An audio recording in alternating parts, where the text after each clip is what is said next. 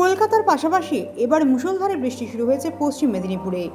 নবমীর বিকেলে ঝমঝমিয়ে বৃষ্টি নামল ডেবরা এবং পিংলায়। বৃষ্টিকে উপেক্ষা করেই চলছে প্যান্ডেল হপিং।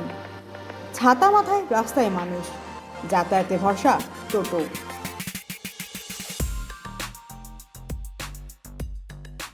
পশ্চিম মেদিনীপুর থেকে দিগ্বিজয় মাহালির রিপোর্ট, এএনএম নিউজ। আরও খবরের আপডেট পেতে সাবস্ক্রাইব করুন আমাদের ইউটিউব চ্যানেলটি আর বেল আইকনে ক্লিক করুন নোটিফিকেশনস পেতে।